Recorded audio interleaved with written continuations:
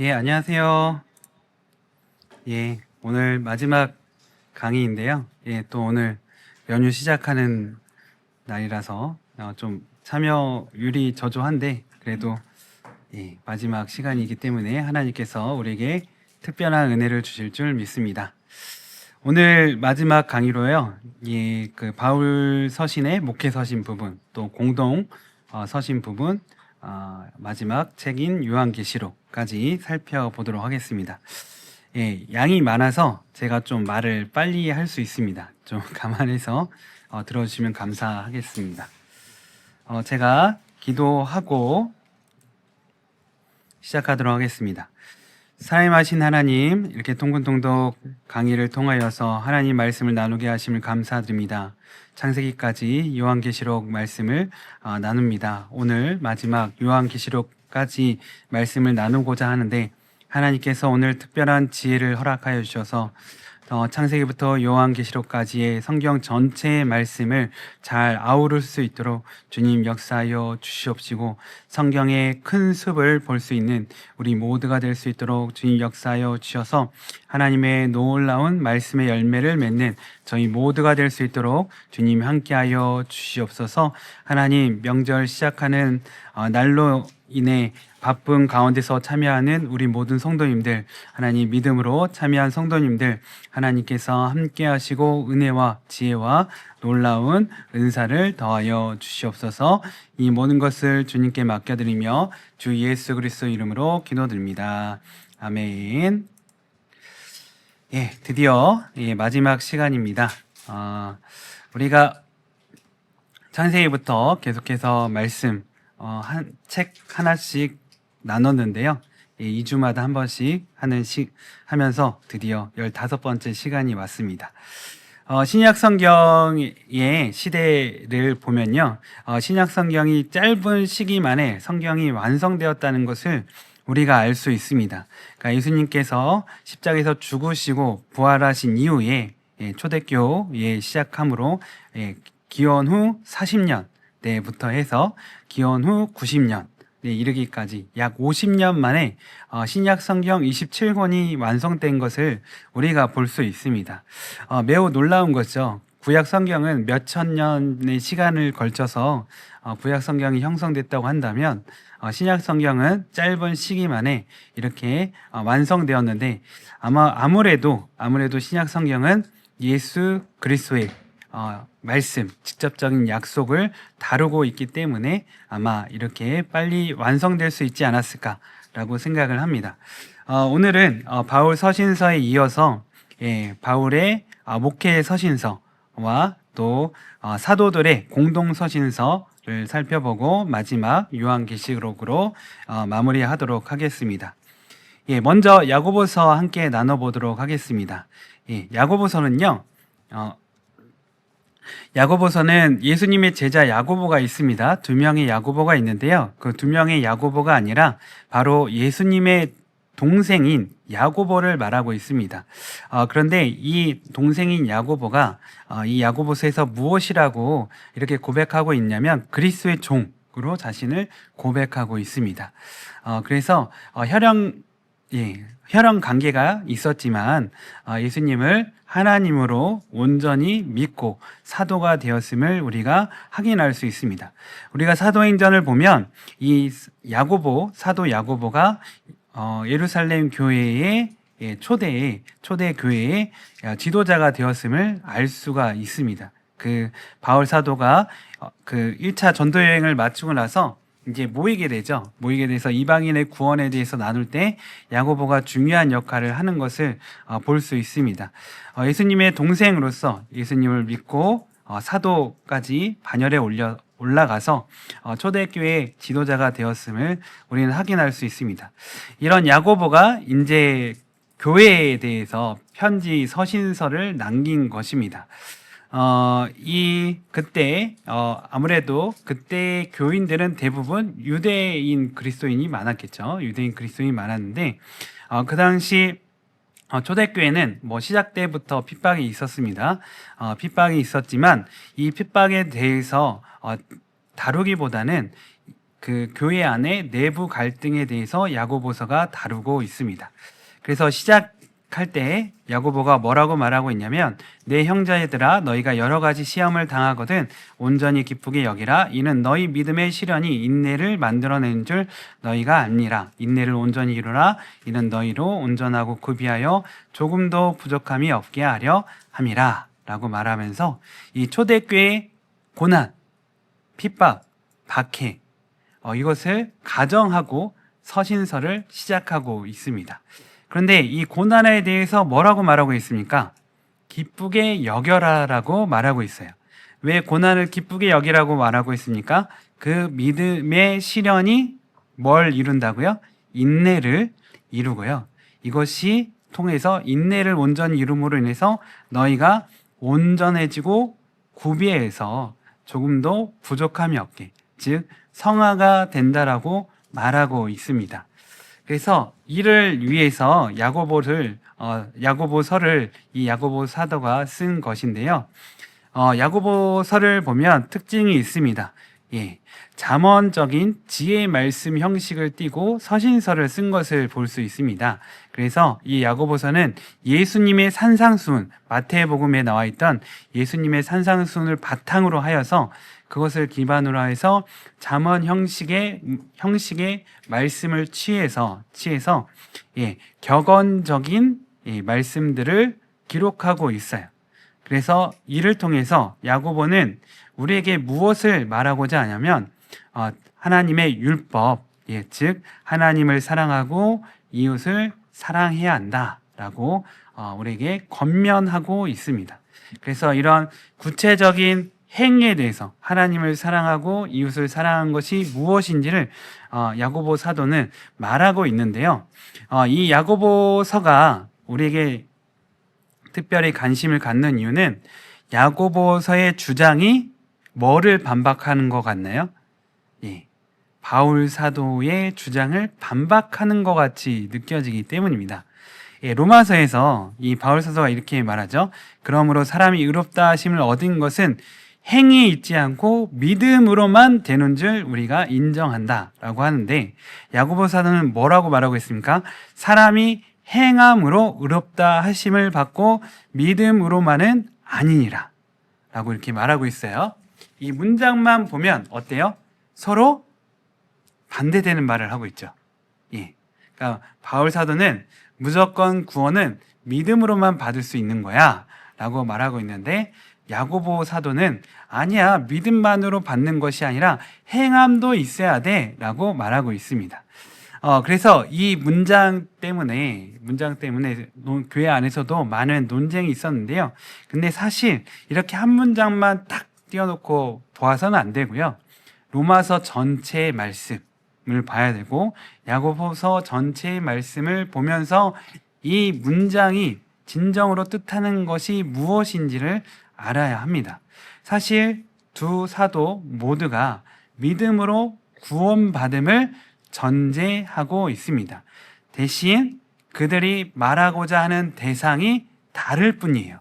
그래서 이 바울 사도는 누구에게 이것을 강조해서 말하고 있습니까? 율법으로 구원받을 수 있다고 하는 유대인 그리스도인, 율법주의자를 향하여서 이 주장을 하고 있는 것입니다. 반면에 야고보는 누구에게 말하고 있습니까? 믿음으로 구원받은 그리스도인에게 이 이야기를 하고 있는 거예요. 하고 있는 것입니다. 그래서 바울 사도는 신앙의 시작에 대해서 말하고 있다고 한다면 이 야고보 사도는 마지막 때에 하나님께서 누구의 믿음을 인정할 것이냐, 진정한 믿음이 무엇이냐라는 것을 다루면서 이야기하고 있는 것이에요. 그래서 결국은 두 사도는 사실은 같은 말을 하고 있는 겁니다. 같은 말을 하고 있는 겁니다. 그러니까 믿음으로 구원받는 것을 전제하고, 근데 그 믿음, 우리를 구원하는 믿음이 무엇이냐라고 할 때 진정한 믿음은 당연히 뭐가 따라올까요? 행함이 따라온다는 거죠. 그래서 로마서에서도 뭘 강조하고 있냐면 순종을 강조하고 있어요. 순종을 강조하고 있어서 로마서에서 계속해서 순종, 믿음으로 순종해야 된다. 믿음으로 순종해야 한다. 그러면 이거를 좀 단어를 바꾸면 야고보사도 뭐라고 말하고 있어요? 믿음으로 행해야 된다. 믿음으로 행해야 된다. 믿음으로 행해야 된다와 믿음으로 순종한다는 사실은 같은 말인 거죠. 같은 말인데 왜 우리에게 이렇게 다른 말로 이렇게 다가오느냐? 그것은 사항이 달랐기 때문이다. 우리가 다른 사항을 고려해서 말씀을 읽어야 된다라는 거죠. 이것을 좀 쉽게 설명하자면 엄마가 너무 공부하는 그냥 막 밤새 막 공부하는 자녀에게는 뭐라고 말해요? 좀 쉬어라, 놀아라 라고 말을 하죠. 반면에 공부는 안 하고 맨날 게임하고 노는 자녀에게는 뭐라고 얘기해요? 공부 좀 해라 라고 말을 하죠. 근데 이 전혀 다른 말이지만 이 본질은 뭐예요? 예? 너의 미래를 위해서 공부를 해야 된다는 거죠. 너의 행복한 미래를 위해서 공부를 하기 위해서는 너무 공부만 해서는 안 된다. 조금 휴식도 취할 수 있어야 된다라고 말을 해주는 거고, 또 지나치게 노는 아이한테는 너 공부해야 돼 이렇게 말을 하는 거죠. 그와 비슷한 것이라고 생각하시면 됩니다. 대상이 다르기 때문에 강조점이 틀리다는 거죠. 강조점이 틀리다는 것을 우리가 이해하면 되고요. 그래서 모든 성경 말씀은 결국은 한 가지 말씀을 하고 있다. 예, 전혀 모순되거나 다른 말씀을 하는 것이 아니라 한 가지 말씀을 하고 있다. 놀라운 것은 뭐예요? 생각과 문화와 그 자라온 환경이 전혀 다른 사람이 썼음에도 불구하고 서로 똑같은 말을 하고 있다는 거죠. 성경에서는 서로 똑같은 말을 하고 있다는 거죠. 우리는 성경을 볼 때마다 이 점을 반드시 주지하고 성경을 읽어야 합니다. 이렇게 야고보가 이제 모든 그리스도인들에게 서신서를 남겼습니다. 그래서 이 공동서신서라고 하는데요. 공동서신서는 이제 모든 교회가 돌려 읽도록 한 거예요. 그러니까 야고보 사도의 권위를 가지고 이 서신서를 받은 교회는 이 서신서를 똑같이 필사해서 다른 옆에 교회에 넘겨주는 거예요. 그러면 그 교회에서도 똑같이 필사해서 주변 교회에 또 나눠주고 이런 식으로 해서 모든 교회가 읽도록 한 책이 바로 야고보서라고 할 수 있습니다. 그래서 초대교회에서 중요하게 받아들였던 서신서다라는 것을 아시고 생각하고 성경을 읽으시면 되겠습니다. 이제는 바울 사도의 목회 서신에 대해서 함께 보도록 하겠습니다. 목회 서신은 세 책이 있습니다. 디모데, 전후서와 디도서가 있습니다. 우리 목회서를 보면 사실 그러니까 목회자한테 쓴 편지잖아요. 그럼에도 우리 평신도가 이 목회서를 읽어야 하는 이유는 무엇일까요? 특별히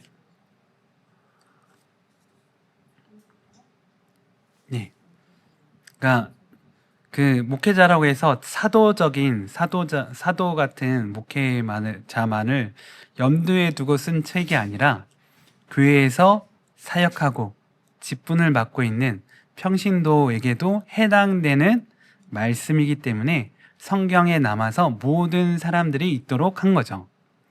그래서 바울 사도가 디모데에게 썼지만 이 디모데에게 한 말씀이 우리 평신도에게도 해당되는 말씀이다. 교훈을 주는 말씀이다. 라는 것을 생각하고 디모데전서를 보아야 합니다.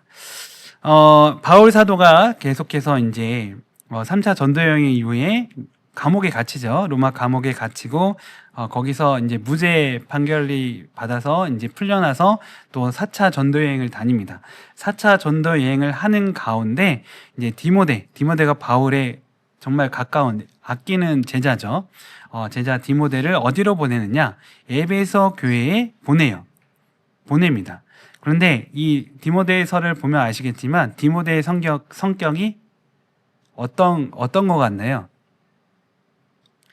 여리고 내향적이고 디모데가 그죠? 소심하고 건강적으로도 좀 약해 보이는 사람이죠.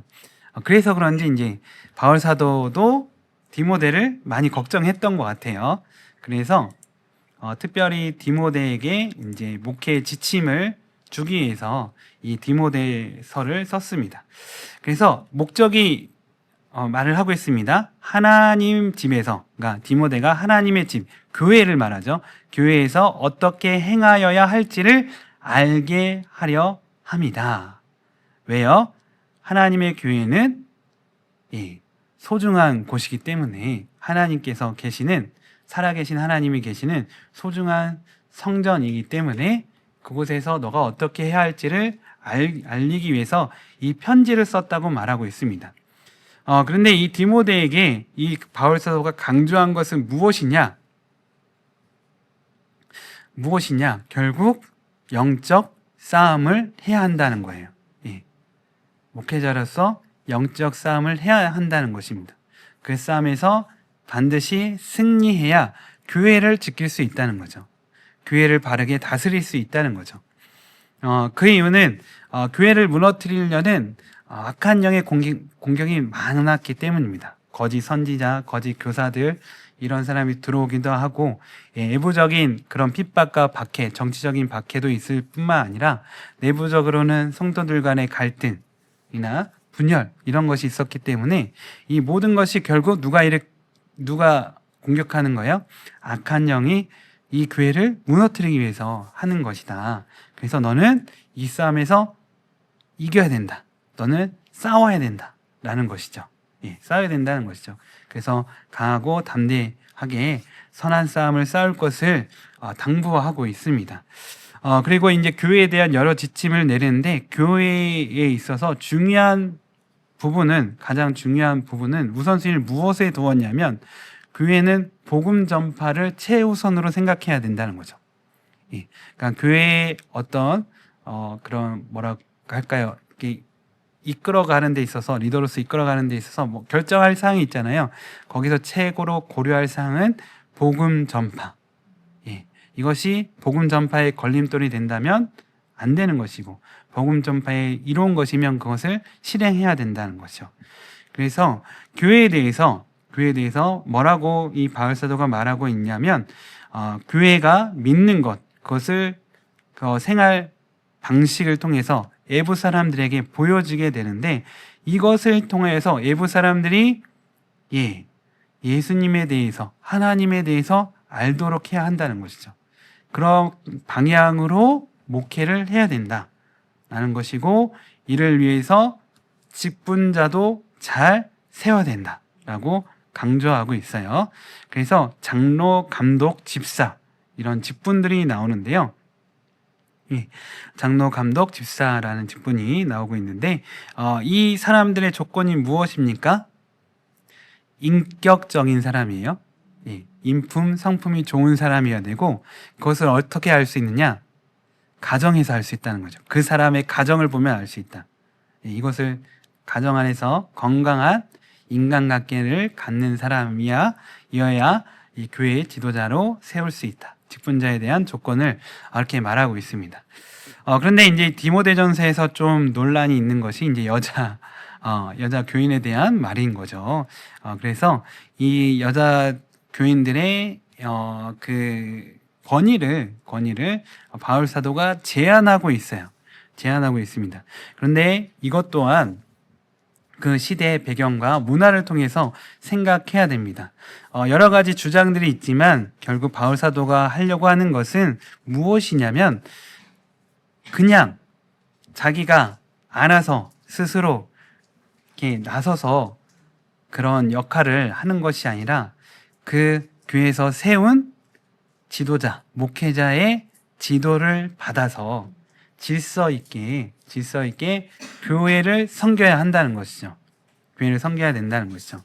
그래서 디모데의 권위 아래 교육을 받음으로 이제 성경에 많이 나와요. 사실은 여자 지도자도 많이 나옵니다. 베베라든지 유니아라든지 브리스길라는 이제 부부 사역자인데, 남편보다도 이름이 앞에 나왔다는 것은 사람들이 이 사람들을 더 잘 알고 있었고, 이 여자 지도자의 활약이 더 컸다는 거죠. 남편보다도 더 클 정도로 했는데, 중요한 건 뭐냐면 목회자의 지도를 받아야 된다.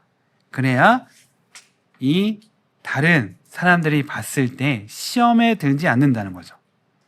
그러니까 그 시대는 어쨌든 어쩔 수 없이 그 남녀가 이렇게 구별하는 문화가 있었기 때문에 그런 문화 가운데서 이런 부분을 조심해서 교회에서도 다뤄야 된다라고 말하고 있는 것입니다. 그래서 이 바울 사도가 말하고 있는 것이 무엇이냐면 여자들이 만일 정숙함으로 믿음과 사랑과 거룩함에 거하면 그의 해산함으로 구원을 얻으리라라고 말하고 있는데 그의 해산함에서 여기서 해산함이 앞에 정관사가 붙습니다. 그래서 고유 명사와 같이 표현을 함으로 인해서 이것이 무엇을 말하냐면 창세기 3장에 나온 원시 복음의 말씀을 담고 있는 거예요. 그래서 이 말이 뭐냐면 하하가 나중에 그리스도의 예수 그리스도의 조상이 된다는 거죠. 이 해산함을 통해서 예수 그리스도를 낳게 된다라는 약속이 창세기 3장에 있는데 여성이 교회 안에서 그런 역할을 해야 된다는 거죠. 그러니까 예수님을 드러내는 역할을 해야 된다라고 말하고 있습니다. 또한 이제 그 기독교는 하나님 앞에 평등하죠. 성경의 사상은 성경이 말하는 그 하나님 말씀은 모든 인간은 하나님 앞에 평등합니다. 그러다 보니까 이제 교회에서도 이제 종들이 노예 이런 신분의 사람들이 그런 높은 지위에 있는 사람들을 무시하거나 내가 더 은사가 있고 내가 더 먼저 믿음으로 구원을 받았고 이런 걸로 인하여서 이제 그런 사람들을 귀족 신분의 사람들을 무시하거나 좀 뭐라 할까요? 선을 넘는 거죠. 예, 선을 넘는 데 있어서 뭐라고 말하고 있습니까? 그렇게 하지 말고 정중하게 이렇게 섬겨야 된다라고 말하고 있습니다. 그 이유는 무엇이냐면 복음 전파를 위해서인 거죠. 로마 제국이 어쨌든 노예 제도를 기반으로 한 사회와 문화와 문명을 갖고 있기 때문에 그 가운데 교회는 복음 전파를 위해서 우리가 양보하고 희생하고 하는 부분이 필요하다라고 말하고 있습니다. 그래서 교회의 최고 우선순위는 복음 전파이다. 많은 사람들에게 복음을 전하여서 하나님을 알고 예수 그리스도를 믿어 구원받게 하는 것을 가장 중요하게 여겨야 된다라고 말하고 있습니다. 그리고 나서 이제 또 바울 사도가 디도라는 또 제자에게 목회 서신서를 남깁니다. 그런데 이 디도가 목회했던 교회는 바로 그레데 교회입니다. 그레데 교회인데 그레데에 대해서는 이제 그 모든 사람들이 인정할 만큼 이런 말이 있습니다. 그레데인들은 항상 거짓말쟁이며 악한 짐승이며 배만 위하는 게으름뱅이다. 예, 이게 뭔 말이에요? 그레데인들은 어떤 사람이라는 거예요? 예, 사기꾼에다가 사람들은 폭력적이고 악하니까 폭력적이고 게으름뱅이라서 다른 사람 말을 잘 안 듣는 사람이란 거죠. 뭘 시키면 잘 안 하는 그런 사람이란 거죠. 예. 원래 섬 사람들이 조금 세잖아요. 기가 세잖아요. 아마 그레데 사람들도 기가 많이 셌던 것 같고 특별히 이 그레데 섬은 이 지중해 그 전체 지도를 보면 이 지중해 그 중요한 위치 가운데에 있는 섬이라서 큰 섬이기 때문에 되게 지정학적으로 중요한 섬이에요. 그래서 역사적으로 보면 이곳에 그런 주인이 자주 바뀌어요. 그러니까 나라의 주인이 자주 바뀌다 보니까 아마 그런 역사 때문에 이제 사람들이 아주 독해진 거죠. 독해졌다 보니까 다른 사람들이 이제 접할 때 그레데 사람들을 대하기가 쉽지는 않았다. 그런데 그런 곳에 바울서 누구를 보낸 거예요? 디도라는 제자를 보낸 것입니다. 디도를 보낸 이유는 디도는 강하고 담대한 성품의 사람이었기 때문입니다. 고린도 후서를 보면 디도를 문제 있는 고린도 교회에 보내요. 바울이 고린도 교회를 책망하는 편지를 지어서 디도를 보내는데 디도가 그 편지를 가져가서 고린도의 교회의 문제를 해결해요. 예, 해결해요. 그렇다면 이 디도는 어떤 사람인지를 알 수 있겠죠. 문제 있는 교회를 조용하게 만든 목회자이면 어떤 목회자일 것 같아요? 막 되게 시끄러운 교회에 어떤 목사님이 가면 되게 조용해지고 은혜롭게 바뀔 때가 있잖아요. 근데 그런 목사님들은 보통 어떤 목사님인가요? 예, 카리스마가 있죠. 예, 강한 성격이죠. 예, 보통 이렇게 나긋나긋하고 이런 분들은 가서는 그렇게 확 휘어잡을 수 없어요, 단번에. 예, 근데 디도는 아무래도 강하고 단대한 사람이었던 것 같습니다. 그래서 고린도 교회 문제도 단번에 해결을 하고 바울 사도에게 기쁜 소식을 가지고 왔던 사람입니다. 그러다 보니까 이 바울 사도가 정말 목회하기 쉽지 않은 그레데 교회에 이 디도 제자를 파송했던 것 같아요. 그래서 이런 부분들을 보면 하나님께서 사람들의 성품에 따라서 사용하시는 부분을 우리는 볼 수 있습니다. 그런데 이 디도에게도 디모데와 비슷한 이야기를 합니다. 이 교회에 있어서 중요한 부분은 지도자를 잘 세우는 것이다. 이렇게 강하고 드세고 이런 그레데인들을 잘 목회하기 위해서는 지도자, 직분자를 잘 세워야 되는데 아까 디모데전서에 나왔던 조건과 거의 비슷합니다. 그래서 성숙한 남편, 아버지로서 정직하고 절제할 줄 알고 사람들에게 간대하며 복음을 가르칠 수 있는 자를 장로로 세워라 라고 말하고 있어요. 그래서 교회의 리더로서 세 가지 자질을 말하고 있습니다. 첫 번째가 교리적 자질, 그러니까 복음에 대해서 잘 알고 있어야 돼요. 다른 사람을 가르칠 수 있는 정도의 그런 지식을 가지고 있어야 돼요. 말씀에 대한 지식을 가지고 있어야 되고, 두 번째는 뭐예요? 본이 되는 삶, 특별히 가정에서 인간관계, 다른 가족들과 좋은 관계를 맺는 사람이어야 돼요. 세 번째로 다른 사람에게 온유하고 친절하고 친사적인 성품이 좋아야 한다는 것이죠. 이런 사람을 지도자를 세움을 통하여서 이 그레데인 사람들을 새로운 사람으로 변화시켜야 된다라고 말하고 있습니다. 변화시켜야 된다고 말하고 있어요. 그래서 목회의 목표는 교회의 교인 수를 많게 하는 게 목표가 아니라 교회에 나오는 사람들을 어떻게 하는 거예요? 복음으로 변화시키는 거예요. 변화시키는 거예요. 왜 그렇습니까? 예수 그리스도를 믿고 구원받는다는 것이 새 사람이 되는 것이기 때문이에요. 그래서 디도서에 보면 왜냐하면 라고 말하면서 바울 사도가 뭐라고 말하고 있습니까? 하나님의 은혜가 나타나 어떻게 한다? 각오를 바꿔요. 사람의 각오를 바꿔요. 경건하지 않는 것과 이 세상 정욕을 다 버리고 과거의 모습을 바꿉니다. 그래서 현재의 삶도 바꿔요. 신중함과 현재 어떻게 사는 사람이 돼요? 신중함과 의로움과 경건함으로 현재 이 세상에 살고 또 미래의 상까지도 바꿔요. 그래서 복스러운 소망과 우리 크신 하나님 구주 예수 그리스도의 영광이 나타나심을 기다리는, 소망하는 사람이 된다는 거죠. 예수 그리스도를 믿어 하나님의 은혜를 받아 구원을 받으면 과거, 현재, 미래가 바뀌게 된다. 그리고 이를 통해서 하나님은 우리를 어떻게 하려고 합니까? 우리를 깨끗게 하사 선한 일을 열심히 하는 자기 백성이 되게 하려 하심이라.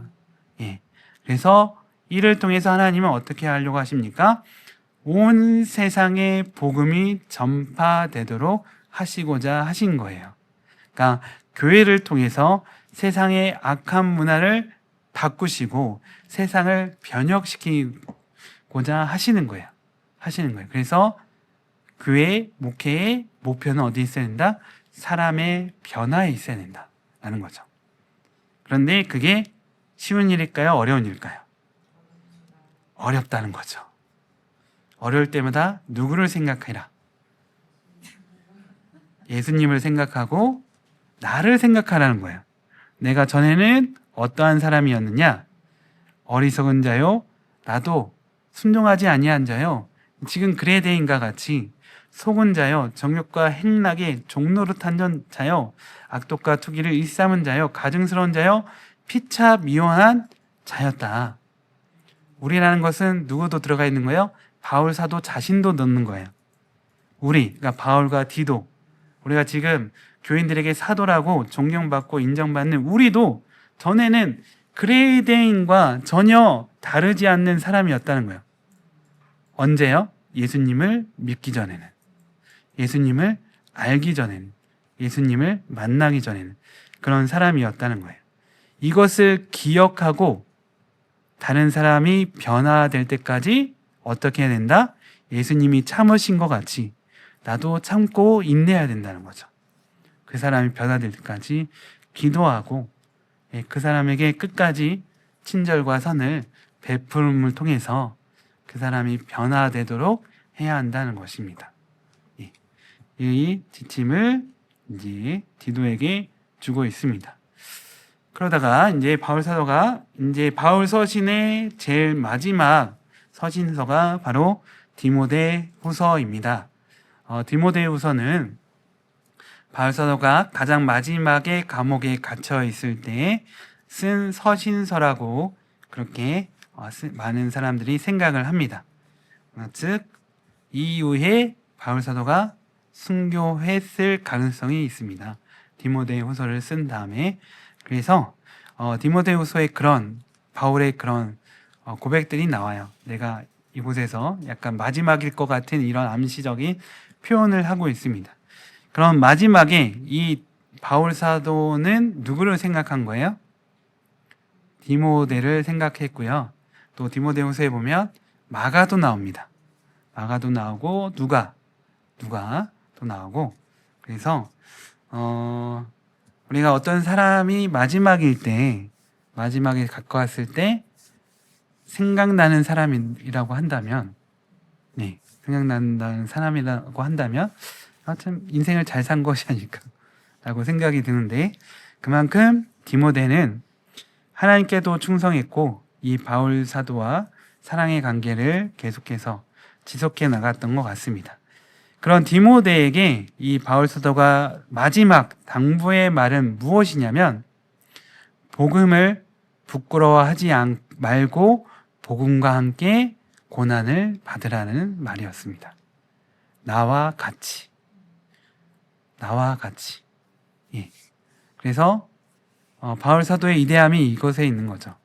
죽는 그 순간에도 다른 사람들에게 나와 같은 삶을 살아야 합니다. 나와 같은 믿음의 삶을 살아야 합니다. 라고 말할 수 있는 사람이 과연 몇이나 될까요? 근데 바울 사도는 죽는 그때 이런 말을 남길 수 있었다는 거죠. 그래서 복음과 싸우기 위해서 준비되기 위해서 이 바울 사도가 여러 가지 예시를 드는데 군사, 운동선수, 농부 이런 사람들이 어떤 사람이에요? 미래의 승리를 기다리면서 인내하고 훈련하고 그것을 위해 고난을 기뻐하는 자죠. 그러니까 농부는 여름에 땡볕에 일을 함으로써 많은 추수를 기다리고, 운동선수는 뭐예요? 금메달을 따기 위해서 열심히 훈련하잖아요. 자기를 정말 절제하고 훈련하잖아요. 군사는 어떤 사람입니까? 전쟁에서 승리하기 위해서 정말 땀 흘려 훈련하는, 피땀 흘려 훈련하는 사람인 거죠. 그리스도인이 이와 같다는 거죠. 하나님의 상급, 하나님의 영광을 위해서 이 세상에서 하나님의 군사와 같이, 하나님의 운동선수와 같이, 하나님의 농부와 같이, 바울과 같이 그렇게 살아야 한다라고 말하고 있습니다. 즉 하나님의 주신 영광과 상급에 대한 소망을 가지고 있어야 됩니다. 그러면서 이 바울 사도가 마지막까지 걱정했다는 것은 교회 안에 거짓 교사였습니다. 왜냐하면 이 거짓 교사들이 많은 사람들을 미혹해서 구원의 도에서 멀어지게 했기 때문이죠. 특별히 여기 디모데후서에서 나오는 거짓 교사는 부활은 없다라고 주장하는 사람이었어요. 부활은 예수님의 부활로 끝났다. 이제 부활은 없을 것이다. 라고 함으로 인해서 육체의 부활이 사라졌다고 하면 뭐가 잘못될까요? 육체의 거룩함을 소홀히 하게 돼요. 소홀히 하게 돼요. 그래서 많은 그리스도인을 타락하게 하는 거짓 교사가 나타나는데, 이런 거짓 교사를 경계하면서 부활은 반드시 있다 라고 말하면서, 이런 거짓 교사와 싸우기 위해서 또 교회를 지키기 위해서 무엇을 중요하냐? 성경이 중요하다는 거죠. 디모데후서는 성경을 강조하고 있습니다. 그래서 성경은 어떤 일을 한다고요? 교훈과 책망과 바르게 함과 의로 교육하게 유익하니 하나님의 사람으로 모든 선한 일을 하도록 한다. 그래서 성경을 어떻게 된다? 성경을 가까이 하고 많이 읽고 성경을 묵상하고 성경에서 하나님의 말씀, 하나님의 뜻을 구해야 된다는 거죠. 구해야 된다는 거죠. 그래서 우리가 마지막까지 승리하기 위해서는 성경을 항상 내 삶에 가까이 곁에 두어야 한다는 거죠. 이렇게 해서 바울 사도는 이렇게 디모데에게 마지막 편지를 남기고 그의 말씀대로, 그가 기록한 말씀대로 순교하였습니다.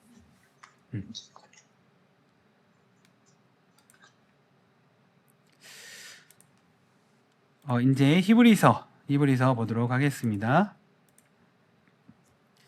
이 히브리서는 그 성경 이름대로 히브리인, 그러니까 유대인에게 쓴 편지예요. 유대인 그리스도인에게 쓴 편지입니다.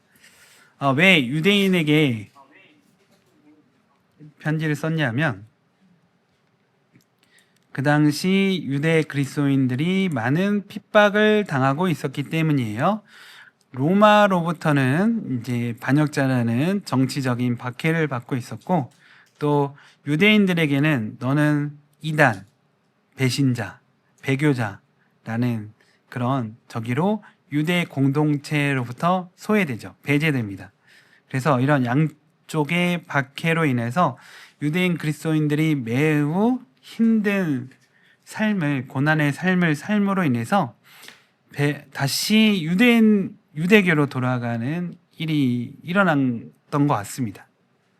이것을 안타깝게 여긴 사도가 히브리서를 기록했는데, 히브리서에는 이 저자를 밝히고 있지 않아요.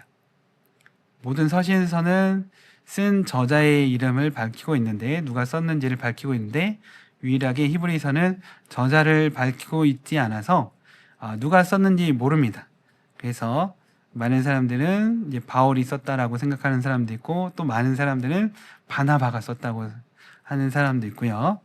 좀 바나바가 조금 더 유세한 부분이 있어요. 왜냐하면 이 바나바가 레위 족속인데, 이 히브리서 전체적인 내용이 계속해서 제사적인 레위인, 제사장 이런 부분들이 많이 등장을 해서 특별히 바나바는 유대 그리스도인, 가장 유명한 유대 그리스도인이었잖아요. 그래서 바나바가 저자일 거라고 생각하는 사람들이 많이 있습니다. 하지만 중요한 것은 이게 저자를 밝히고 성경에서 밝히고 있지 않다는 것은 저자가 굳이 크게 중요하지 않다라는 것이고요. 배경을 보시고 이 히브리서를 보시면 됩니다. 즉 배교의 위험에 처해 있는, 그러니까 로마 정부의 박해와 유대 공동체, 유대인들의 공동체의 박해에 직면하여서 그리스도교를 버리고 다시 유대교로 돌아가려는 그런 유혹에 처해 있는 유대인 그리스도인에게 쓴 편지다 라는 것을 보고서 보시면 됩니다. 그래서 이 히브리서는 무엇을 계속해서 이야기하고 있냐면, 예수님의 우월함, 그러니까 구약의 율법에 대한 우월함, 천사, 그러니까 유대교 유대인들에게 천사 숭배 사상이 있었는데 천사보다 예수님이 우월하다라는 것과 모세보다 예수님이 우월하다. 또 제사장들보다 예수님이 우월하다. 또 희생 제사, 속죄 제사 이런 제사보다도 예수님의 십자가의 희생이 더 우월하다. 그렇기 때문에 진리인 예수 그리스도를 믿어야 한다라고 말하고 있습니다. 히브리서는 말하고 있습니다. 특별히 모세가 율법을 줬는데 이 이스라엘 사람들이 모세 율법을 잘 따랐나요? 그 광야에서 40년 동안 잘 안 따라서 어떻게 됐어요? 가나안 땅에 못 들어갔잖아요. 그것에 빗대어 예수님을, 이 모세보다 우월하신 예수님을 믿지 않으면 어디에 못 들어갈까요?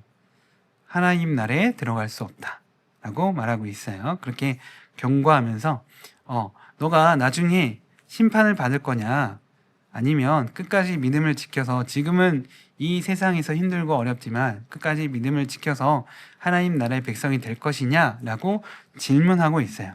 그래서 히브리서는 무엇에 대해서 우리에게 잘 알려주고 있냐면 믿음이 무엇인지를 잘 우리에게 상세히 설명하고 있습니다. 그러니까 믿음이라는 것은 뭐예요? 어떤 고난과 핍박과 박해에도 불구하고 진리를 붙들고 끝까지 사는 것이죠. 그래서 그런 믿음의 조상들에 대해서 언급하고 있어요. 아벨, 에녹, 노아, 아브라함, 사라, 이삭, 야곱, 요셉, 모세, 라합, 이런 여러 믿음의 조상들을 언급하는데 이 믿음의 조상들의 삶이 다 뭐가 있었어요?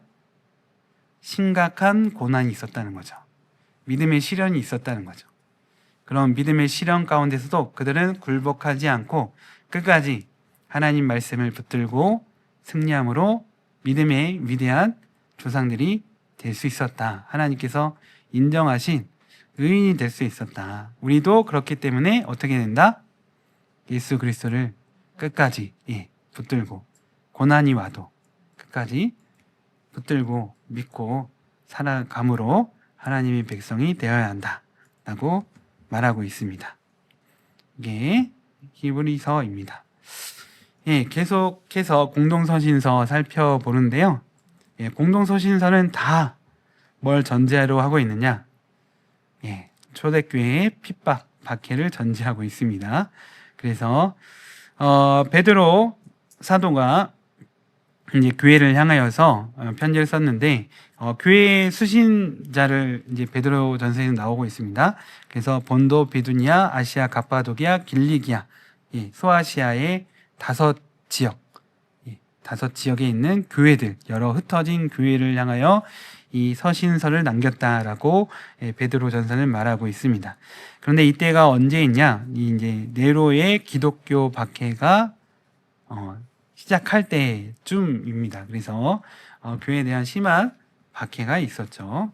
그래서 베드로 사도도 무엇을 위해 이 편지를 썼느냐? 고난 당하는 그리스도인을 위로하고 그들이 이 믿음의 시련을 이겨내게 하기 위해서 이 편지를 쓴 것이죠. 그래서 이 베드로 사도는 무엇을 전제하고 있느냐? 그리스도인이라면 고난을 반드시 있다라는 것을 이야기하고 있어요. 예수님을 믿는 자라면 고난이 있을 수밖에 없다. 구약의 하나님 백성도 고난을 당하듯이 당연히 새로운 하나님의 백성된 신약의 교인 성도들도 당연히 고난을 받을 수밖에 없다는 것이죠. 그래서 이 고난을 우리가 어떻게 생각해야 되느냐? 이 고난은 우리가 영원한 영광에 들어가기 위해서 당하는, 이 세상에서 당하는 잠깐이다. 그러니까 우리가 하나님께 받을 영광은 영원한 것인데 반해 우리가 이 세상에서 당하는 고난은 그것에 비한다면 찰나라는 거죠. 그래서 이 베드로 사도는 교인들을 뭐라고 정의하냐면 나그네입니다라고 정의하고 있어요. 그러니까 이 세상 삶은 그 하나님 나라의 영원의 삶에 비한다면 잠깐이라는 거죠. 거쳐가는 거란 거죠. 예. 그래서 이 거쳐가는 이 세상에서 고난으로 인하여 믿음을 버릴 것이냐, 그러지 말고 끝까지 버티면 반드시 하나님의 영원한 영광, 상급을 받을 것이다. 부활의 은혜와 영광을 받을 것이다 라고 말하고 있는 것입니다. 그래서 이런 고난에 극복할 수 있는 이유도 바로 예수 그리스도의 고난이 있었기 때문이다. 예수님은 우리를 고난하시기 위해서 어떻게 하셨어요? 욕을 당하시되 자신에게 욕하는 사람에게 맞대어 욕하시지 않으셨어요. 다른 사람이 나를 괴롭혔는데 그것에 맞대응하지 않았어요. 오직 그리고 어떻게 했어요? 이 모든 것을 하나님께 부탁했다. 그러다가 결국 어떻게 됐어요? 결국은 십자가에 못 박혀 죽으셨죠. 왜 그렇습니까? 우리를 구원하시기 위해. 구원하시기 위해 이 모든 고난을 감당하셨다. 우리도 예수 그리스도를 믿는 자로서 이런 예수님의 고난에 참여한 자가 되어야 된다는 거죠. 베드로 사도는 그렇게 이야기하고 있습니다. 하지만 이 고난이 끝이 아니라 영원한 것이 아니라 이것을 통해서 하나님의 영광을 얻을 수 있다라고 말하고 있습니다. 그래서 이 베드로 사도가 이 바벨론에 있는 교회에서 쓴다라고 이렇게 이야기하고 있는데, 바벨론이 어디일까요? 이 바벨론은 로마를 말하고 있습니다. 로마. 초대교회를 핍박했던 로마를 말하고 있습니다. 그런데 그런 로마에 뭐가 있어요? 교회가 있다는 거죠. 교회가 전제하고 교회가 계속해서 확장되고 복음이 계속해서 전파되고 있다라는 것을 이 베드로 사도가 밝히고 있습니다. 그래서 이 세상의 권세와 권능이 정말 강해서 우리 모든 그리스도인들이 다 사라질 것 같고 정말 다 죽을 것 같지만 절대 그렇지 않다는 거죠. 그렇지 않다는 거죠. 그것 가운데서도 교회는 살아 역사하고 이를 통해서 하나님은 이 세상에 복음을 전하신다는 것을 베드로 사도는 밝히고 있습니다. 이렇게 핍박당하는 그리스도인에게 힘과 위로를 주는 서신을 남겼습니다. 그리고 유다서를 볼 텐데요. 유다서는 아까 야고보서와 같이 예수님의 제자 중에 유다가 있죠. 2명 있으면 가룟 유다도 있고 또 다른 유다가 있는데, 그럼 예수님의 제자가 아니라 이 유다도 누구일까요? 예수님의 동생 유다입니다. 그래서 예수님의 동생들이 이렇게 초대교회의 사도가 된 것을 알 수가 있습니다. 유다서를 남긴 이유는 거짓 교사들 때문입니다. 거짓 교사들 때문이에요. 특히나 이 유다서가 비판한 이 거짓 교사들은 율법 무용주의라고 할 수 있습니다. 믿음으로 구원받았으니까 이제 더 이상 우리는 하나님의 법을 안 지켜도 돼. 우리 이미 다 모든 죄에서 용서받았으니까 우리 뭐 아무렇게 막 살아도 돼 라고 주장하는 자였어요. 그래서 이것으로 인하여서 교회에 큰 막심한 피해가 있었기 때문에 이를 막기 위해서 유다는 강력하게 이들을 비판하고 이 모든 것이 잘못되었다. 그리고 반드시 하나님의 심판이 있다라는 것을 강조하고 있습니다. 그래서 우리가 예수 그리스도를 믿어서 아까 야고보서와 마찬가지인 거죠. 믿음으로 행함이 있어야 되고 행함이 있어야 된다라는 것을 하면서 이를 통해서 우리는 하나님께 영광을 돌려야 한다는 거죠. 거룩한 삶을 통해서. 그래서 이런 계속해서 나오는 이 잘못된 공동서신서에 나오는 잘못된 교사는 영지주의예요. 초기 영지주의라고 해서 이 초기 영지주의는 사실 되게 기독교 역사 가운데 계속 이어집니다. 계속 이어져서 사실 한국교회 가운데서도 있어요. 구원파가 이들 주장과 비슷해요. 그러니까 구원파가 되게 구원을 강조하잖아요. 믿음으로 얻는 구원으로 강조해서 이제 이 세상에서 어떻게 살더라도 결국은 그 사람은 구원을 받는다는 거죠. 받는다고 하면서 그래서 이제 그런 구원파가 일으킨 사회적 가장 큰 무리가 바로 이제 세월호 사건이 될 수 있고 예전에 오대양 사건이라든지 이런 거 다 이제 구원파랑 잘못된 교리 때문에 생기는 일들입니다. 잘못된 복음을 믿었기 때문에 생기는 일들이에요. 이것에 대해서도 초대교회에 이런 거짓 교사들이 많았기 때문에 이들에 대한 편지를 이제 사도들이 썼다는 거죠. 이제 베드로후서 보도록 하겠습니다. 베드로후서도 이제 그 디모데후서의 바울과 같이 이제 베드로가 마지막 죽기 직전에 쓴 유언과 같은 서신서입니다. 그래서 이제 그 심한 네로 황제의 핍박, 로마 대학 화재가 있은 후에 이제 초대교회에 대한 심한 핍박으로 인해서 많은 사도들을 막 로마 정부가 잡아들이죠. 이제 그 가운데 베드로, 바울 다 순교를 하죠. 그러니까 그 직전에 이제 쓴 서신서입니다.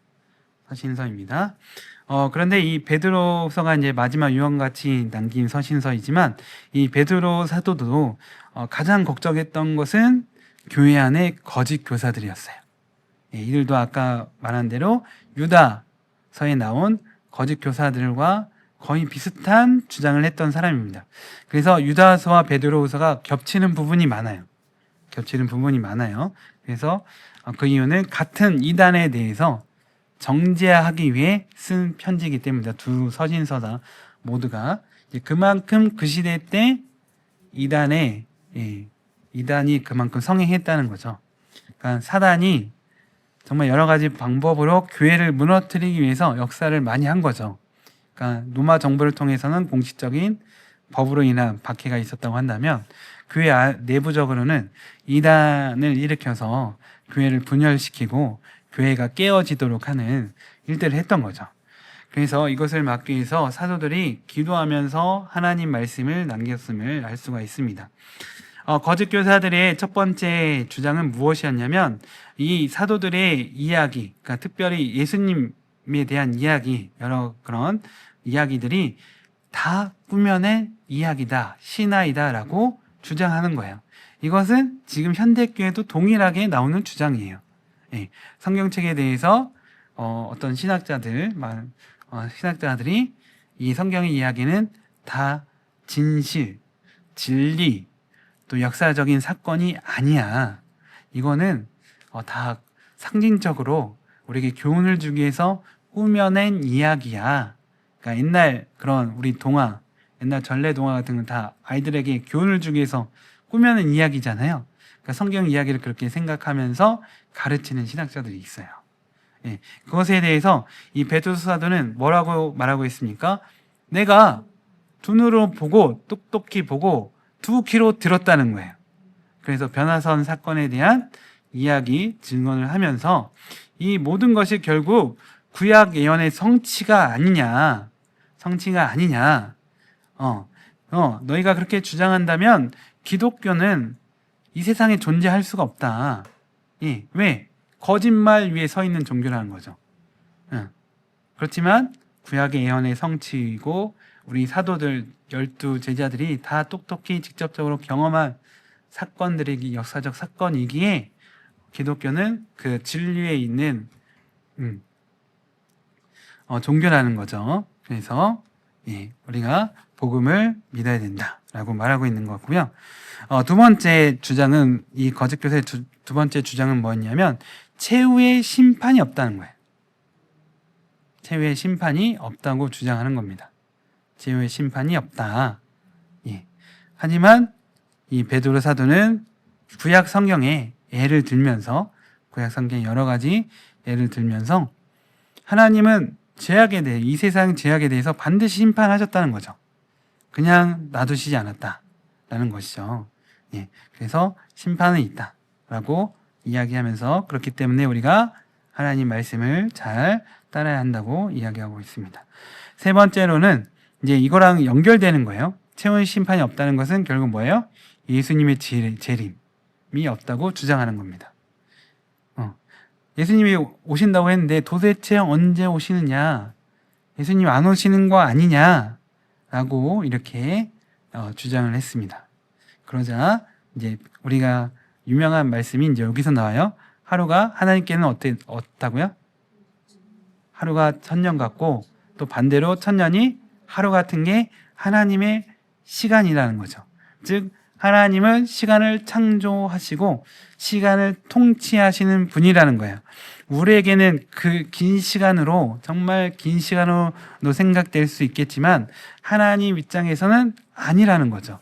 그러니까 우리 인간의 관점으로 시간을 볼 것이 아니라 하나님의 때가 반드시 있다고 믿고 살아가야 하는 것이 우리 인간이라는 거죠. 그래서 우리에게 무엇이 필요하다? 인내가 필요하다는 거죠. 그래서 믿음과 인내는 같이 따라갈 수밖에 없는 거예요. 믿음과 인내는 같이 따라갈 수밖에 없는 것입니다. 그래서 이 베드로 사도가 마지막으로 우주적인 이야기를 합니다. 우주적인 이야기를 하면서 결국은 하늘은 사라지고 물질은 불에 녹아 버릴 것이며 그것을 통해서 모든 일이 드러날 것입니다. 주의 날에 대한 선포를 합니다. 선포를 하는데 이게 그 물질이라는 것은 스토이케이아 헬라어로 이렇게 쓰여 있어서 원소를 말해요. 원소. 그러니까 근본적인 이 세상을 구성하는 그런 물질조차도 다 풀어진다라고 말하고 있습니다. 그러니까 그 말은 뭐냐면 완전히 이 세상이 새롭게 된다는 거예요. 예수님이 다시 오셔서 그날에 이 세상이 완전히 새롭게 될 날이 반드시 있다는 것임을 베드로 사도는 이야기하고 있습니다. 그래서 이 세상의 모든 악이 제거되고 새 하늘과 새 땅이 도래한다 라고 말하면서 이 모든 이 사도들이 이 동일한 소망을 갖고 있다. 그러니까 사람들이 봤을 때는 야고보 하는 말이 좀 다르고 요한이 하는 말 다르고 베드로 하는 말이 다르고 바울 사도가 하는 말이 다른 것 같아서 심지어는 막 고린도 교회에서 뭐 그것 때문에 파가 나뉘기도 했잖아요. 누구한테 배웠느냐 이게 파가 나뉘었는데 베드로는 아니다. 우리는 같은 말을 하고 있습니다. 같은 말을 하고 있습니다. 똑같은 하나님 말씀을 전하고 있습니다. 그리고 우리 모든 사도들은 동일한 소망, 바로 주의 날을 소망하면서 이렇게 순교당하고 고난당하도 뭘 전하고 있다? 복음을 전하고 있는 것입니다. 라고 이렇게 이야기하면서 그렇기 때문에 여러분도 이 고난 가운데 믿음을 저버리지 않고 이 주의 날에 대한 소망을 가지고 살아가라고 이렇게 겉면 마지막 유언을 하고 있는 것이죠. 그래서 베드로 사도가 공동 서신을 썼고요. 요한 사도가 이제 남긴 서신서가 공동 서신서가 요한 1, 2, 3서죠. 3서입니다. 요한 1서도 거짓 교사 때문에 쓴 서신서예요.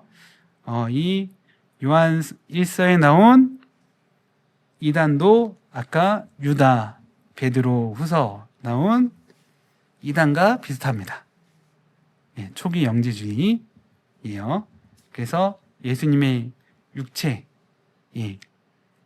이런 것도 거부하고 최후의 심판 이런 것 동일하게 그런 것이 없다라고 하는 자들인데 여기는 더 세게 사도에는 더 세게 말해요. 그래서 거짓말한 자가 누구냐? 예수께서 그리스도이신 부인한 자가 아니냐? 그래서 아버지 아들을 부인하는 그들이 적 그리스도이다라고 말하고 있어요. 쉽게 말하면 신천지 너 적그리스도야. 하나님의 교회 적그리스도야. 이렇게 아예 그냥 요한은 단정적으로 말하고 있어요. 그래서 심판받을 악으로 그냥 그렇게 단정을 해버립니다. 하면서 그래서 하나님이 어떤 분이신지를 밝히고 있는데 요한 1서에서는 하나님은 빛이시다. 또 하나님은 사랑이시다. 이 두 부분을 설명하고 있어요. 그래서 이런 이단의 주장과 사조가 잘못된 것이다 라고 말하고 있습니다. 그래서 예수님이 왜 그리스도이심, 그러니까 메시아이신지 우리의 구원자이심을 말하고 있습니다. 그래서 이를 통해서 예수님을 아는 것이, 예수님을 믿는 것이 무엇이냐면 사랑의 하나님을 아는 것이다. 사랑의 하나님을 믿는 것이다 라고 말하면서 하나님의 자녀라면 당연히 하나님은 사랑이시기 때문에 그 백성인 사람도 다른 사람을 사랑할 수밖에 없다는 거죠. 그래서 사랑에 대해서 세 가지를 말하는데, 형제를 사랑해야 된다는 거죠. 겁니다. 그리고 두 번째는 사랑함으로 계명을 지켜야 된다는 거예요. 계명을 지켜야 된다. 그래서 아까 계속 사도들의 똑같죠. 믿으면 순종하고, 믿으면 행해야 되고, 믿으면 계명을 지켜야 된다는 거예요. 그리고 세 번째는 말로만 하지 말고 실제적으로 섬겨야 된다. 아이고 어떡해요 막 하면서 전혀 도와주지 않는 그런 거는 진짜 사랑이 아니라, 누가 배고프면 밥이라도 사주던가 쌀이라도 한 톨이라도 가져다 주는 것이 진정한 사랑이다, 실천이 있는 것이 사랑이다 말하고 있습니다. 그리고 이제 그거랑 연결돼서 요한 2서 3서 이렇게 기록하고 있는데요. 요한 2서에서는 이제 가장 중요한 부분은 무엇이냐면, 이런 거짓 교사를 분별해서 그 사람들을 쫓아내는다는 거죠. 그러니까 교회는 이제 이런 사람들을 다 친절하게 받아주는 경향이 있는데, 거짓 교사의 경우는 적그리스도 거짓 교사의 경우는 분별해서 배척해서 쫓아낸다라고 말하고 있습니다. 그리고 요한 3서는 반대로 나그네를, 형제를 환대해야 된다. 같은 그리스도인들을 환대해야 합니다라고 말하고 있습니다. 그것이 사랑이기 때문이다 라고 말하고 있습니다. 이렇게 해서 우리 공동서신서 나눴고요. 딱 1시간이 됐는데 마지막 요한계시록이 남았네요. 요한계시록까지 마치겠습니다. 조금 오늘 길어질 건 예상을 했는데 조금만 인내하심으로, 믿음은 인내라고 했습니다. 인내하시고 마지막까지 잘 들어주시기 바라겠습니다. 요한계시록 성경의 마지막 책이죠. 그래서 마지막 책이라는 무게감이 있습니다. 요한계시록은 마지막 책이라는 무게감이 있어요. 요한계시록은 크게 세 가지 부분으로 나눌 수 있습니다. 1장, 3장까지 7교회에 대한 편지고요. 4장에서 19장에 그 종말의 심판에 대한 부분들이 나오고 있고요. 20장, 22장은 미래의 하나님 나라가 어떻게 임하게 될 것인지에 대해서 이렇게 기록하고 있습니다. 그래서 요한계시록을 통해서 우리가 가장 중요하게 생각해야 될 것은 무엇이냐?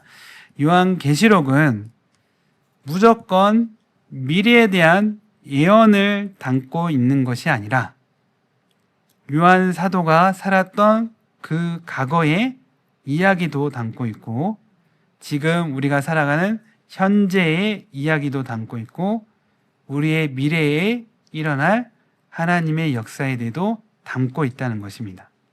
그러니까 요한계시록은 모든 부분에서 다 두루두루 봐야 돼요. 두루두루 봐야 됩니다. 그래야 온전한 요한계시록의 뜻을 우리가 이해할 수 있어요. 그러니까 과거, 현재, 미래에 대한 이야기를 동시에 다 하고 있다. 동시에 하고 있다는 것이죠.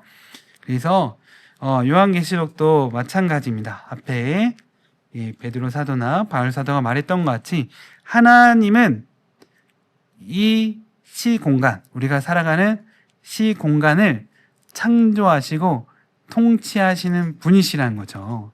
분이시라는 거죠.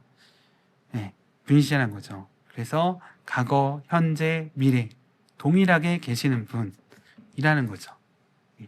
그리고 하나님의 뜻에 따라 이 세상을 다스려 가고 있다라는 것이죠. 그런 부분에 대해 있어서 우리가 깨어 있어야 된다라는 것인데, 예, 요한계시록을 통하여서 이제 우리가 그 교리를 좀 알아야 되는데요.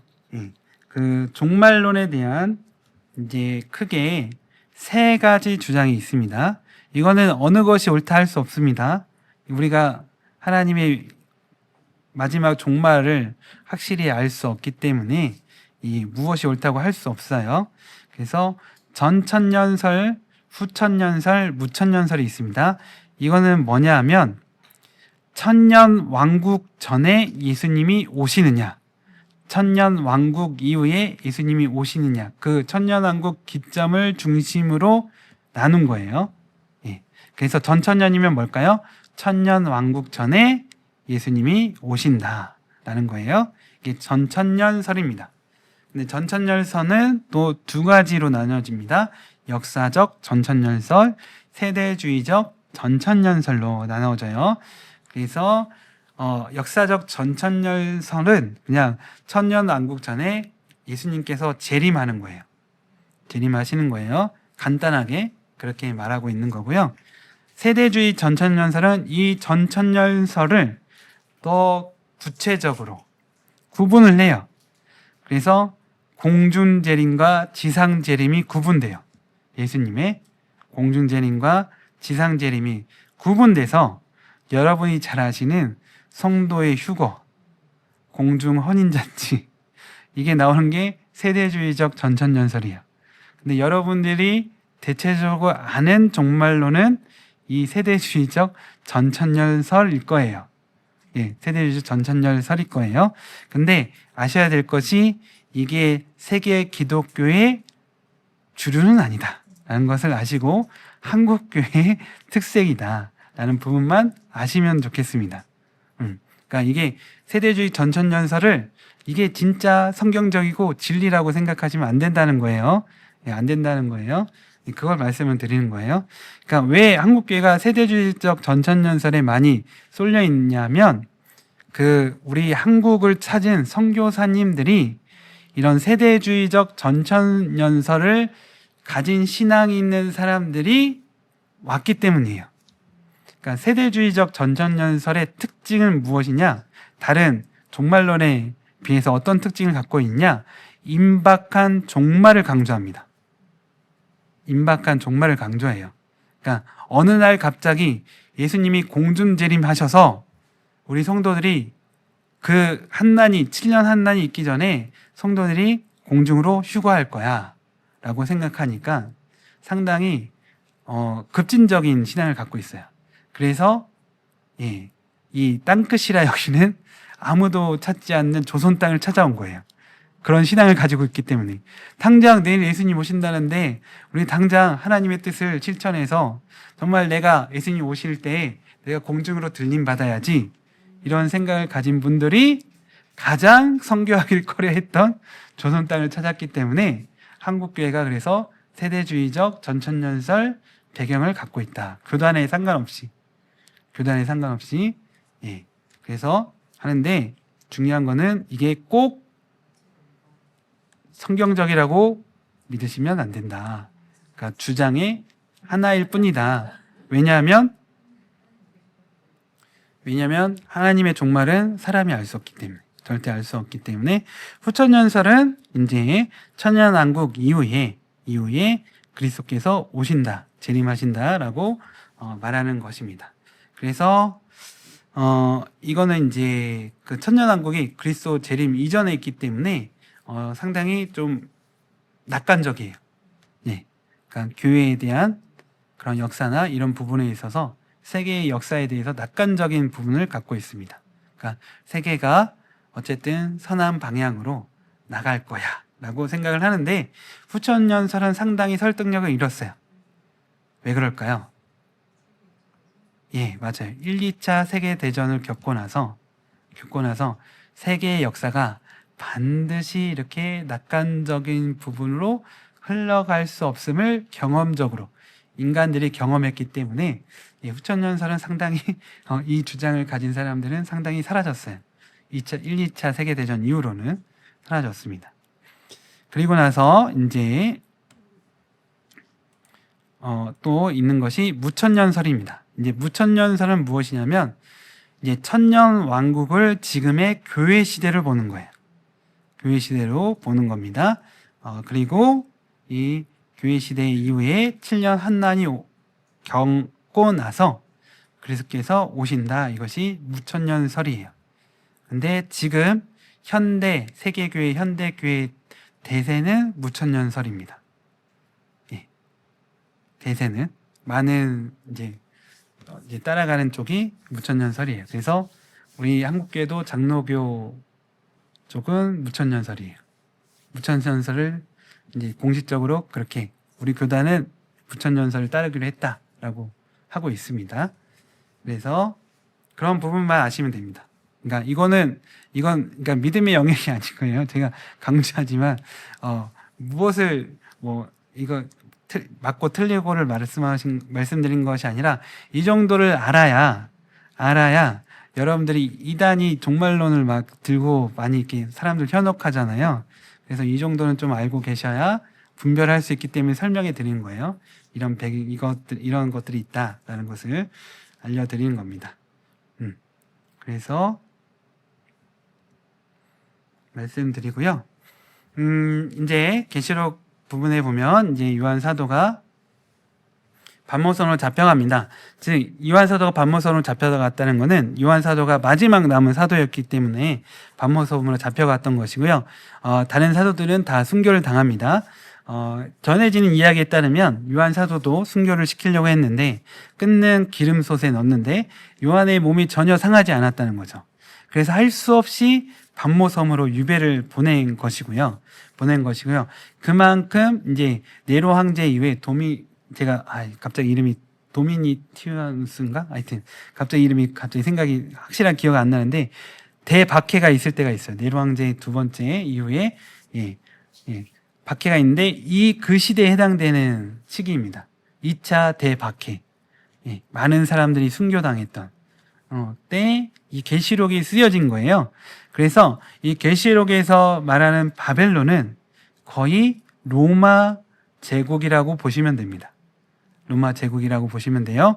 그래서 이 요한 사도는 그런 극심한 핍박받는 교회에게 무엇을 이야기하고 싶었냐면 지금 로마 제국의 권능이 정말 강해서 우리 모든 교회를 이렇게 핍박하지 하지만 그들은 결국 하나님의 뜻과 하나님의 역사 가운데 심판당할 거야 라고 말하면서 희망과 소망을 주면서 이 지금의 핍박당하는 그리스도인들을 위로하고 힘을 주고 또 소망을 주고 있는 거예요. 요한계시록은 1차 목표는. 그래서 7교회에 편지를 쓰는 거죠. 제일 먼저 7교회에 편지를 쓰는데 7교회는 과거의 교회이기도 하지만 7이라는 숫자가 완전 숫자잖아요. 그러니까 지금의 현재의 모든 교회를 상징하는 거기도 합니다. 상징하는 거기도 합니다. 그렇기 때문에 모든 이 7개의 교회는 뭐가 있어요? 보통 잘못된 부분이 있어요. 고쳐야 할 부분이 있습니다.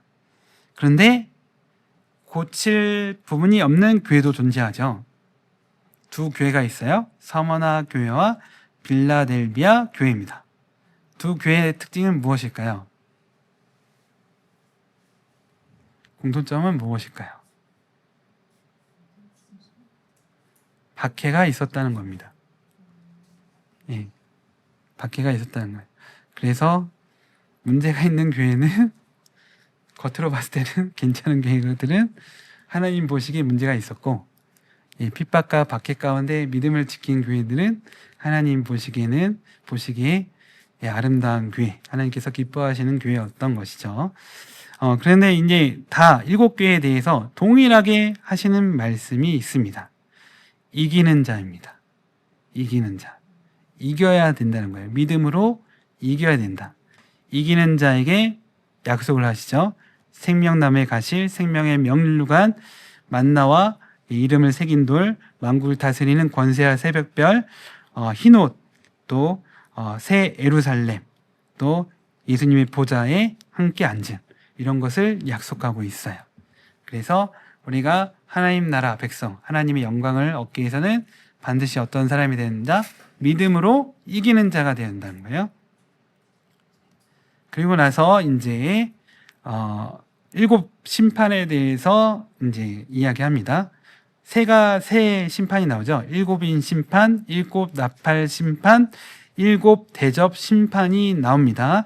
그런데 이것을 보시면 다 일곱인, 일곱 나팔, 일곱 대접이 비슷해요. 패턴이 비슷한 것을 볼 수가 있어요. 비슷한 패턴이고요.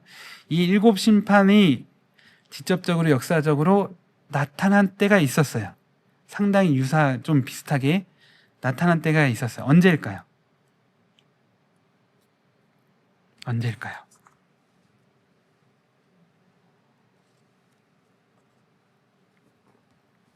애굽의 열재앙입니다. 애굽의 열재앙이에요. 그래서 전염병, 메뚜기 때, 뭐 죽음에 대한 심판, 뭐 여러 가지 다 나오잖아요. 열재앙 때 있었잖아요. 피해, 뭐 변하는 거, 피로 변하는 거. 그게 다 애굽의 열재앙이 나왔던 일들이잖아요. 그러니까 일곱 심판이 애굽의 재앙과 비슷해요. 그러니까 애굽의 재앙이 왜 일어났나요? 열재앙이 왜 일어났어요? 목적이 뭐예요? 하나님의 목적이 뭐였어요? 이스라엘 백성을 구원하시기 위해서예요. 그러니까 이 종말의 심판은 우리 모두를 하나님께서 괴롭게 하시기 위해, 힘들게 하시기 위해 일으키시는 것이 아니라 믿음의 자들을 구원하시기 위해 하시는 일인 거예요. 심판은. 그래서 종말의 심판은 사실은 그리스도인들은 두려워할 일이 아닌 거예요.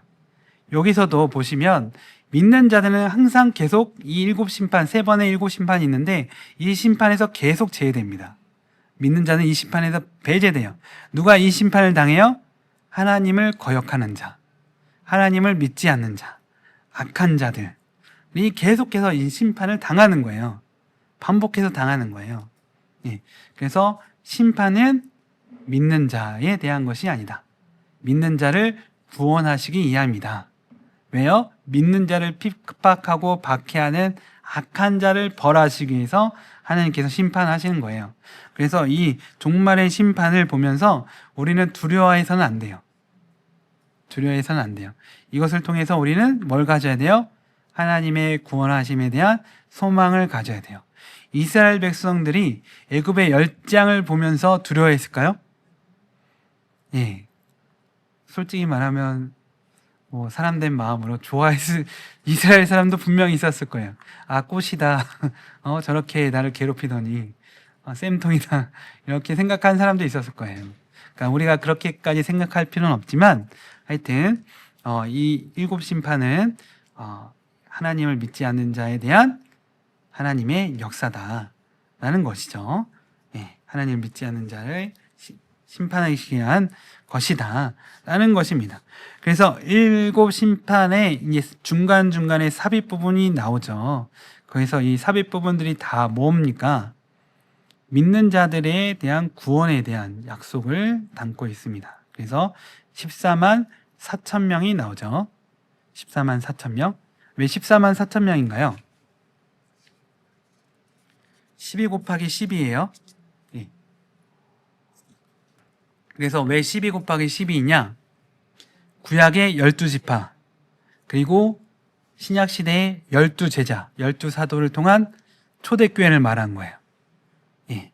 그래서 구약의 하나님 백성, 신약의 하나님 백성, 이 모든 사람들을 하나님께서 구원하실 것이라는 것을 말씀하시기 위해서 상징적으로 14만 4천 명인 거예요. 14만 4천 명인 거예요. 그래서 신천지의 주장은 틀린 거죠. 예. 본인들이 14만 4천 명이라는 거죠. 그게 아니라 이 14만 4천은 구약의 하나님 백성, 12지파의 하나님 백성, 하나님을 믿었던 자, 하나님의 계명을 따랐던 자들, 신약에 예수님 오신 이후에 교회에서 핍박받고 박해받아도 끝까지 믿음을 지킨 자들, 12사도의 가르침을 따랐던 자들, 그래서 그 모든 사람을 하나님께서 구원하신다는 뜻에서 12 곱하기 12, 그래서 14만 4천 명인 겁니다. 그래서 그러니까 그런 하나님의 백성을 반드시 구원하신다라는 뜻을 담고 있고요. 이런 7심판을 보면 점차적으로 심판의 강도가 세지죠. 세지고 같은 패턴으로 일어납니다. 같은 패턴으로 일어나요. 그리고 보면 그러니까 7째 인을 띌 때 7나팔이 시작되고요. 7나팔을 불 때 7대접 심판이 시작돼요. 뭔 이야기인지 아시나요? 그러니까 이게 하나의 마지막 하나에 또 그 안에 들어가 있고 또 마지막 하나에 또 마지막 하나가 들어가 있는 식으로 요한계시록은 기록되고 있어요. 그래서 이 7심판이 단순히 먼 미래에 일어날 심판이 아니라 사실 과거에도 있었고 현재도 있고 미래에도 있는 것을 나타내고 있어요.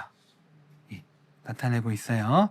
그래서 그 요한 사도가 쓸 때도 이런 것들이 일어났고 그것을 통해서 악한 자들이 심판을 받았고 현재도 이렇고 그래서 그렇게 봐야 지금의 세계 역사를 우리가 성경적으로 이해할 수가 있습니다. 그러니까 우리 지금 세계 역사 가운데서도 말도 안 되는 일들이 일어나죠. 전쟁 일어나잖아요. 대지진 일어나잖아요. 코로나와 같은 전염병도 일어나잖아요. 이것을 우리는 하나님께서 이 세상 가운데 믿는 자를 구원하시고 하나님을 믿지 않고 배약하는 자를 징벌하시기 위한 일인 것을 우리가 알아야 돼요. 알아야 돼요. 그래서 이런 일들이 세계 역사 가운데 일어날 때 우리는 어떻게 하면 우리는 믿음으로 걸어설 수 있고 또 어떻게 하면 그 일로 인해서 고통받는 자들을 하나님의 복음으로 구원할 수 있을까? 이런 부분들을 생각해야 한다는 거죠. 그리고 이런 7심판은 계속 이제 강도를 더해가면서 완전한 악의 세력의 종식을 가져옵니다. 그래서 바벨론이 멸망할 것을 이제 요한계시록은 말하고 있죠. 그래서 아까 말씀드렸죠. 바벨론은 사실은 로마를 상징하는 거고요. 그래서 로마 제국의 멸망을 얘기하고 있고 이 로마 제국의 멸망은 또 이제 이 세계 역사 가운데 하나님의 뜻을 거스리는 모든 제국을 말하고 있는 겁니다. 모든 제국을 말하고 있는 거예요. 그래서 결국은 아마겟돈이라는 최후의 전쟁을 통해서 악은 패배하고 무적행으로 다 들어가게 되고 이제 이 땅에 새 하늘과 새 땅이 열리게 되는 거죠. 새 하늘과 새 땅이 열리게 됨으로 인해서 하나님의 백성들이 이제 예수님의 재림의 그때의 부활의 영광으로 참여함으로 이 하나님 나라 이 세계의 왕과 같은 제사장이 되는 거죠. 왕과 같은 제사장이 됨을 요한계시록은 말하고 있습니다. 그래서 이 요한계시록은 결국 인간의 모든 왕국, 하나님의 뜻을 거스리는 인간의 모든 왕국은 바벨론이며 그 나라의 제국이 얼마나 뛰어나고 번성하고 상관없이 그 모든 왕국은 바벨론이며 그래서 결국은 하나님의 심판 가운데 제거될 것이며 결국은 이 세상에 무엇이 임한다? 하나님 나라가 임하고 완성되게 될 것이다. 그래서 우리 모두는 예수님의 다시 오심을 사모해야 된다. 그래서 이 하나님의 나라의 가장 중요한 것은 무엇이냐면 하나님이 직접적으로 우리 가운데 임하시는 거죠. 임마누엘. 임마누엘입니다. 임마누엘, 직접적인 임하심. 이를 통해서 과거의 에덴이 회복되는 것을 말하고 있습니다. 그래서 요한계시록의 마지막 부분들은 창세기 3장에 파괴되고 저주받았던 것을 회복되는 것을 다 이렇게 말하고 있습니다. 근데 그 주체는 누구예요? 하나님이시라는 거죠. 창세기나 요한계시록 모두가 주체는 하나님이심을 말하고 있습니다. 그래서 이렇게 성경은 하나님께서 원래 창조하고자 하신 세상으로 이 세상을 바꾸실 것을 우리에게 알려주고 있죠. 그 영광된 일에 누가 참여하게 될까요? 하나님의 백성, 믿음의 백성들이 참여하게 됩니다. 그래서 우리는 항상 이렇게 기도하게 되는 거죠. 주 예수여 오시옵소서. 오시옵소서. 이를 통해서 주 예수의 은혜가 모든 자에게 임하게 될 것입니다. 이상 마쳤습니다.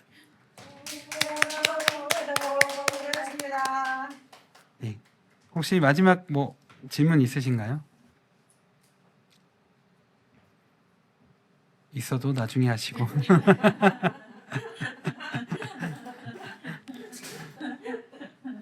있어서 나중에 하시고. 제가 아까 전에 그 천년설, 전천년설, 후천년설 이렇게 설명드린 이유는 세대주의 전천년설이 틀렸다는 것이 아니라 저희 한국교회 이단들은 세대주의 전천년설을 악용해요. 그러니까 임박한 종말론이라고 했잖아요.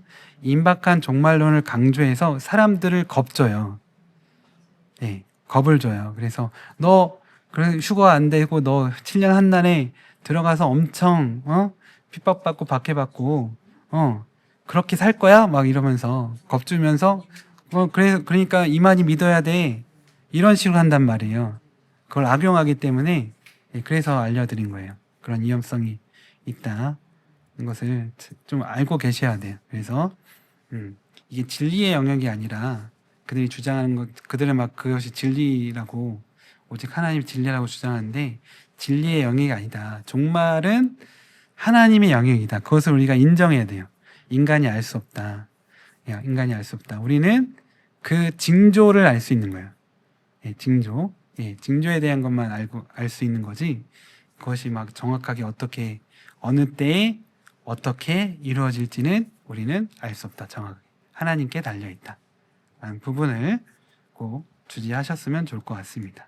그러면 이단에 빠지는 것만 잘 기억하셔도 이단에 속지는 않으실 겁니다. 이렇게 저희 통근통독 강의 마쳤는데요. 창세기부터 요한계시록까지 이렇게 할 수 있었던 것이 하나님의 은혜라고 생각합니다. 하나님께서 저에게 그래도 부족하지만 지혜를 주시고 지식을 주셨기 때문에 이렇게 잘 마무리할 수 있었던 것 같고요. 또 여러분들이 함께 해주셨기 때문인 것 같습니다. 말씀을 사모하는 그 마음으로 또 믿음으로 함께 해주셨기 때문에 이렇게 마칠 수 있었던 것 같습니다. 지금까지 시간들 노력들이 또 하나님 은혜 가운데서 여러분 삶 가운데 좋은 열매, 선한 열매로 맺어질 것을 믿고요. 이를 위해서 기도하고 제가 마무리하도록 하겠습니다. 사랑이 많으신 하나님, 통근통독 온라인 강의를 통하여서 창세기부터 요한계시록 말씀을 나누게 하심을 감사드립니다. 이 말씀을 통하여서 우리가 이 세상에 우연히 나타난 존재가 아니라 하나님께서 계획하시고 예정하심으로 이 땅에 소중하게 빚으신 하나님의 작품임을 알게 되었습니다. 또한 하나님의 손 가운데서 여전히 빚어지고 완성되어야 할 존재임을 알게 되었습니다. 그리고 이를 통해서 예수 그리스도의 다시 오심을 준비해야 할 또 하나님의 사명자임을 알게 되었습니다. 하나님, 우리 모든 함께한 성도님들이 이 말씀에 대한 믿음을 가지고 정말 하나님의 존귀한 믿음의 사람으로 살아가게 하여 주옵시고, 이 세상의 어떤 일 가운데서도 흔들리지 않고 하나님 말씀을 붙들고 믿음으로 살아가는 우리 모두가 되게 하여 주셔서 오늘 요한계시록의 말씀과 같이 이기는 자가 되어서 하나님 나라의 영원한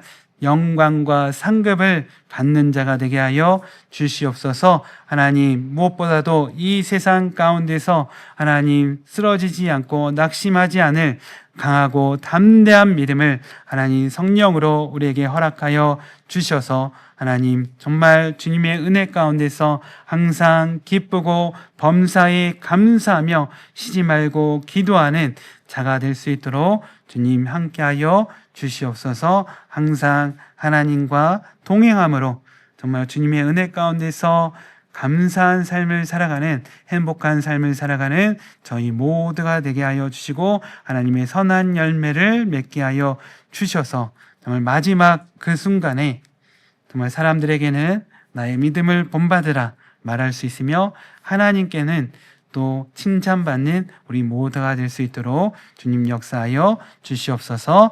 이 모든 것을 주님께 맡겨드리며 주 예수 그리스도 이름으로 기도드립니다. 아멘. 수고하셨습니다.